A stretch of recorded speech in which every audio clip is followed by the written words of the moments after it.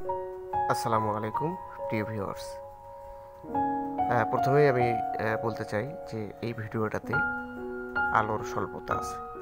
এর কারণ হচ্ছে এটা যেহেতু রমজান মাস এখন ইফতারির করার পরের ভিডিও, তো এটার কারণ আমি বলবো কী জন্য এই আলোর স্বল্পতার মধ্যেই ভিডিও করা।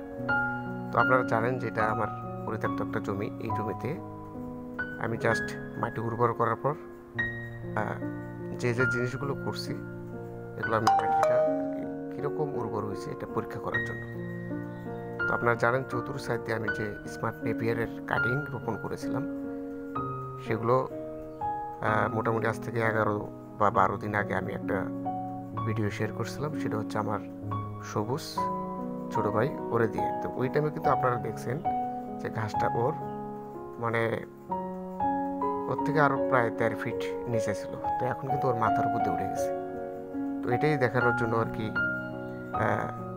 ভিডিওটা আজকে করা। এবং এই আলোর স্বল্পতার কারণ হচ্ছে এই সবুজকে আমি সবসময় পাই না। যেহেতু প্রথম জিনিসটা আমি আপনাদেরকে ওর মাধ্যমে দেখাইছিলাম যে আমার ঘাসের গ্রোথটা কী পরিমাণ হয়েছে, এই জন্য ওরে সুন্দর পরে পাইছি। তো ইফতারি শেষে ওরে নিয়ে আমার এই জমিটা আর কি ভিডিও করা। তো এই হচ্ছে আলোর স্বল্পতার মূল কারণ। তো আপনারা জানেন যে আমি যে ঘাসটা লাগাইছি এটা জাস্ট আমি ট্রাই করার জন্য। তো আমি গ্রোথটা আর কি দেখাইলাম যে একটা স্মার্ট নেপিয়ারের ঘাসের আসলে কতদিন পর গ্রোথ হয়। মোটামুটি আমার এখানে 55 দিনের মতো হয়েছে এই ঘাসের কাটিংটা বয়স। তো প্রথম কাটিং আসলে 2 মাসের মতোই হয়, সময় লাগে আর কি। পরের কাটিং প্রতি 1 মাস পর পর আসবে। তো এটা আমি অন্যভাবেও দেখছি। তো এখন আমি নিজে হাতে কলমে এই জমিতে রোপণ করার চেষ্টা। ইনশাল্লাহ আমি বড় সড়ো এটা দেব।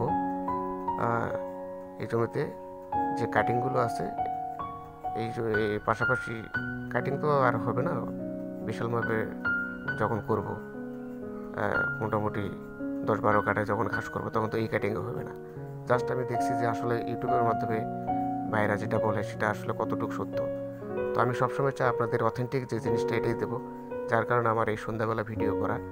তো সবুজকে দিয়ে আমি 12 দিন আগে যে ভিডিওটা দিয়েছিলাম ওর মাধ্যমেই ওর ঘাড় পরিমাণ ঘাস ছিল, এখন ওর মাথার উপর দিয়ে উঠে গেছে।